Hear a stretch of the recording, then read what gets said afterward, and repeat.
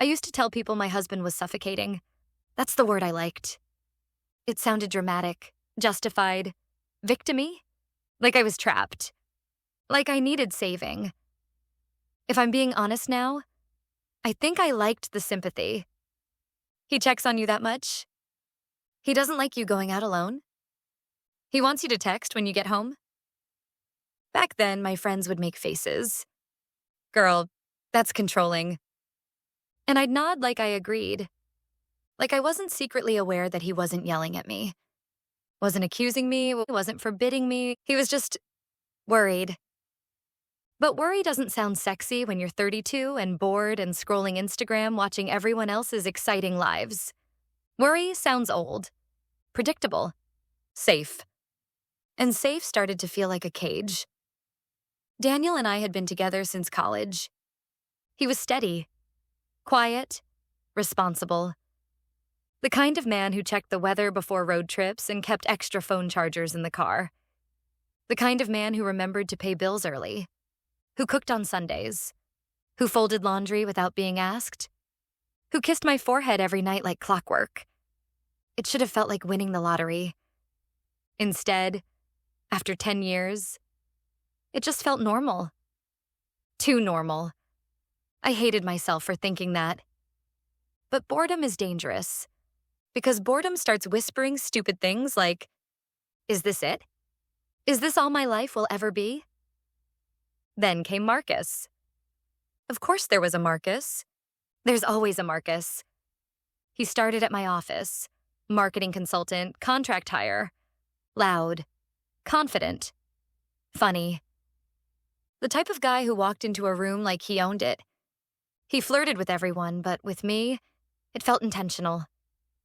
Lingering eye contact. Compliments that went just a little too far. You don't seem married. You've got this energy like you're meant for bigger things. You ever feel like you settled too young? Those words stuck. Settled. Like Daniel was settling. Like I'd settled. I started going home irritated for no reason. Daniel would ask how my day was and I'd snap. He'd ask who I was texting and I'd roll my eyes. Why do you always have to check up on me? I'm not checking. I'm just asking. It feels like checking. I watched his face fall every time. And instead of feeling guilty, I felt justified. Like he deserved it. Because somehow in my head he was holding me back. Daniel hated Marcus immediately. Not openly. He wasn't the jealous type. But I'd mention Marcus and Daniel would go quiet. Once he asked, "Does he have a girlfriend or wife?" I laughed. Why? Just wondering. He's just a coworker. Daniel nodded, but he didn't look convinced.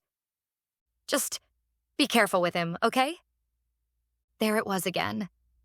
Careful, protective, controlling. I rolled my eyes.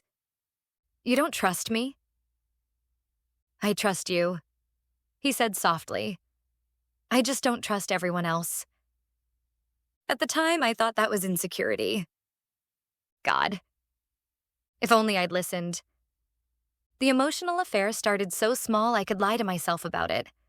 Coffee breaks, inside jokes, texts that weren't technically inappropriate, then longer lunches, then complaining about my marriage, which is the first real betrayal, by the way. Not sex, not kissing. It's when you start letting someone else hold your frustrations instead of your partner. That's when you've already crossed the line. Marcus made me feel wanted, exciting, young. He'd say things like, "You deserve someone who lets you breathe. I'd never try to control you like that.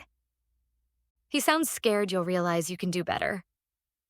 And I ate it up, every word, like poison that tastes sweet.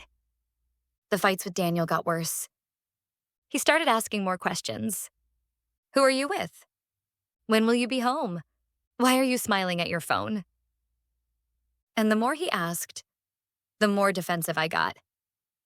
Because deep down, guilty people get loud. I can't live like this, I shouted one night. Like what? Being monitored. I'm not monitoring you. You don't trust me. He looked exhausted. I'm trying to protect us. From what? I screamed. He didn't answer, just stared at me like he wanted to say something but couldn't. That look still haunts me, because now I know he wasn't jealous. He was scared. The night everything broke, Marcus kissed me in the parking garage. I didn't stop him. That's the truth. I wish I could say I pulled away. I didn't. I kissed him back like I'd been waiting for it. I went home buzzing. Hi. Giddy. Daniel was on the couch watching TV. He smiled when I walked in. That soft, familiar smile. And for half a second, I almost cried. Almost confessed. Almost chose my marriage. But instead, I chose myself. Or what I thought was myself. I think we should separate, I said. Just like that. No build-up, no discussion. His face went blank. What? I'm not happy. Those 3 words destroyed a decade. I feel controlled, suffocated. I need space. Daniel didn't yell, didn't beg. He just looked broken, like I'd knocked the air out of him. If that's what you want, he said quietly. And somehow that hurt worse. Marcus moved fast. Too fast. I thought it was passion. Now I know it was opportunism. Within weeks, I was basically living at his apartment. He was charming, exciting, reckless. Late nights, drinking, friends I didn't know, stories that didn't add up. But I ignored the red flags, because admitting I'd blown up my marriage for nothing, that would have destroyed me. So I doubled down. Pretended everything was perfect, posted smiling selfies. New beginnings. God, I hate that post. 3 months later, everything collapsed. Police showed up at Marcus's place. Fraud investigation. Turns out he'd been scamming clients, using company data. There were rumors about other women too. Married women. He'd target them. Charm them. Get access to their accounts. Info. Connections. I wasn't special. I was useful. My stomach dropped when an officer asked, "Did your husband ever warn you about him?" I couldn't breathe. I went back to our old house the next day. Daniel was packing, boxes everywhere. He looked thinner, tired, but calmer than I expected. "I didn't know how to tell you," he said when I asked how he knew. "He's been investigated before. My cousin works in compliance. He flagged Marcus months ago." "Why didn't you tell me?" "I tried," he said softly. "Every time I brought him up, you got angry. I didn't want to push you away." That broke me. He wasn't controlling me. He was trying to protect me from exactly what happened, and I called it suffocating. "I made a mistake," I whispered. He closed his eyes. "I know. Can we try again?" Silence. Then, "I waited, Emily. I waited months hoping you'd come back on your own, but you didn't."